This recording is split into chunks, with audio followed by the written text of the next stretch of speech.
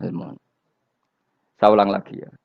Nah, kata yang ditafsir itu sering tidak mengikat. Makanya kata Mbah Mun, baca tafsir itu dikurangi. Maksudnya dikurangi itu bukan apa-apa. Maksudnya tadi kalimat yang ditafsir itu tidak mengikat. Yang mengikat itu yang kalimat di Quran. Nah, kalimat Quran itu umum, napa? Misalnya gini, Allah lalu gini.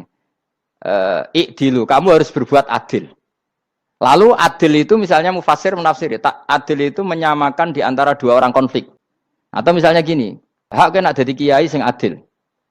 Terus adil ditafsiri orang, adil itu menyamakan sesama murid, haknya sama. Nah, tapi bisa saja adil itu di luar itu semua. Misalnya gini, ternyata adil menurut Allah gini. Adil maknanya seimbang, apa? Adil itu maknanya apa? Seimbang.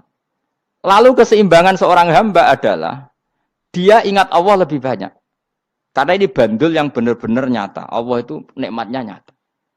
Sehingga ketika saya sebagai orang alim ingat saya alim itu karena Allah, dikasih ilmu Allah, dikasih cerdas Allah, dikasih semuanya dari Allah. Sehingga saya itu tidak merasa kumuluhur pada kalian karena semua ini dari Allah. Kemudian Allah sendiri yang memerintahkan, kamu harus mengajar. Maka saya ada arep-arep salam templek sampeyan, penghormatan sampeyan, apresiasi sampeyan karena saya hubungannya hanya dengan Allah Subhanahu wa Ta'ala. Itu namanya adil, meletakkan sesuatu proporsional. Itu juga adil namanya. Makanya seseorang itu enggak bisa dikatakan abid selagi belum tahu kalau ibadahnya minallah. Jadi misalnya ke ibadah tok. Ternyata kamu yakin itu ibadah kamu, amal kamu itu belum abid. Abid hakikat adalah alhamdulillah alladzi hadana li hada wa ma kunna linahtadiya laula anda tahu. Ketika kita sujud yakin ya Allah alhamdulillah jenengan menakdir saya sujud. Saya sholat alhamdulillah engkau menakdir saya sholat. Sehingga minallah dulu pikiran itu semua kebesaran kemendahan ini minallah dulu. Baru setelah minallah kita yakin billah.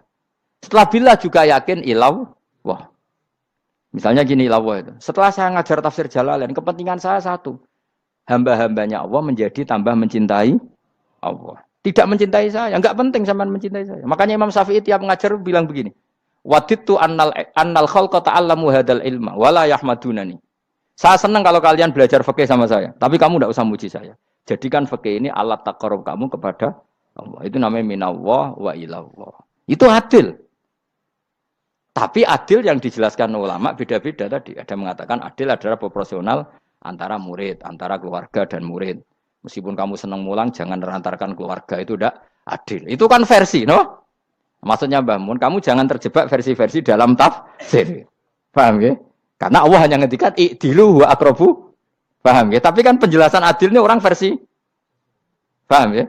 Ada yang nulis adil adalah meskipun mimpin masyarakat ya ingat keluarga. Karena sing tukang wayo kan nafsir adil adalah karena laki tidak cukup istri satu maka ya kan yo repot nanti. Tapi kalau kadung istrinya 3 atau 4, adil adalah harinya sama meskipun janda dan perawan. Jari sing lanang gak adil adalah proporsional. Sing wis suwi dikumpuli dikurangi.